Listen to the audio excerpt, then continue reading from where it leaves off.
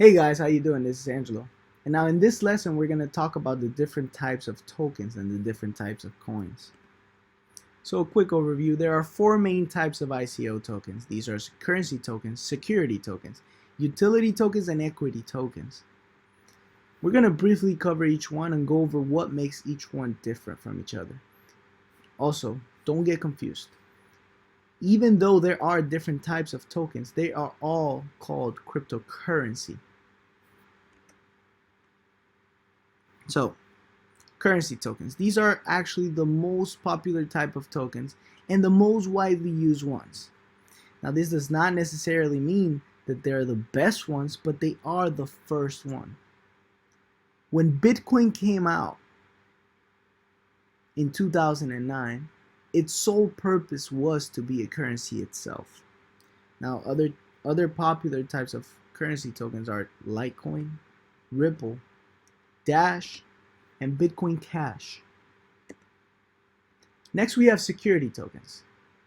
Security tokens are very tricky. They constitute an investment contract between the investor and the company.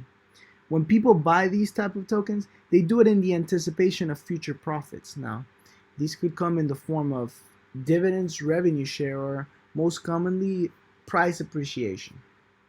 The problem with security tokens is that they're heavily regulated. In the United States, the SEC has guidelines for security tokens, and they actually say that in order for someone to invest, they have to be an accredited investor. So what you see nowadays is more companies that come out as security, they are moving away from the United States and not allowing its residents or citizens to invest in their ICOs. If any company were to break these rules, they could possibly get into trouble. So it's better for them to follow the guidelines and better for us.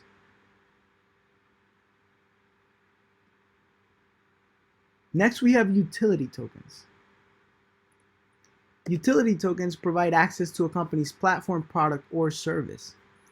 Popular utility tokens include Power Ledger, which is an energy trading platform, IXSEC, which is a decentralized network allowing users to buy or sell processing power for their applications.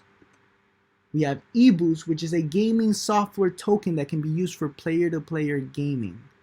And then last but not least, we have one of the most successful ICOs ever, raised over $250 million. This one's called Filecoin. It's a decentralized network for storing cloud service. Now, if you wanted to find out if the token you're about to invest in is more a security token or a utility token, you just have to ask yourself, is this coin being sold as an investment, or is there an actual purpose behind the token, like the ones I just mentioned? Last but not least, we have equity tokens. Equity tokens represent ownership of a product or a physical asset, such as debt or a company's stock. A good example would be Goldmint. Goldmint works through a digitized crypto asset called gold, where cryptocurrency value is based on physical gold. Goldmint buys, sells, and repurchases gold at the current market price for physical gold. Another example of this would be Crops. Crops is an app that you can currently download on your phone. This app connects farmers directly to buyers. This came out in 2017, in January in 2017, and it already has over 7,000 registered farmers and has sold almost $18 million up to date. They came out with an ICO in December, and the idea of the ICO is to raise money. For every 8 tokens that you own, you will get 1 stock whenever they go public with an IPO. And another example would be the petrodollar. Now, the reason why I have those question marks there is because this coin is just an idea from President Nicolas Maduro of Venezuela. He wants to create a cryptocurrency to move away from international sanctions.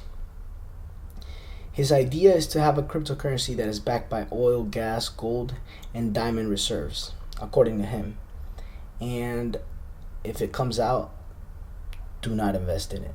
So, to recap what we just went through, there are 4 types of tokens. There's currency tokens, security, utility, and equity tokens. Utility tokens are the least regulated ones.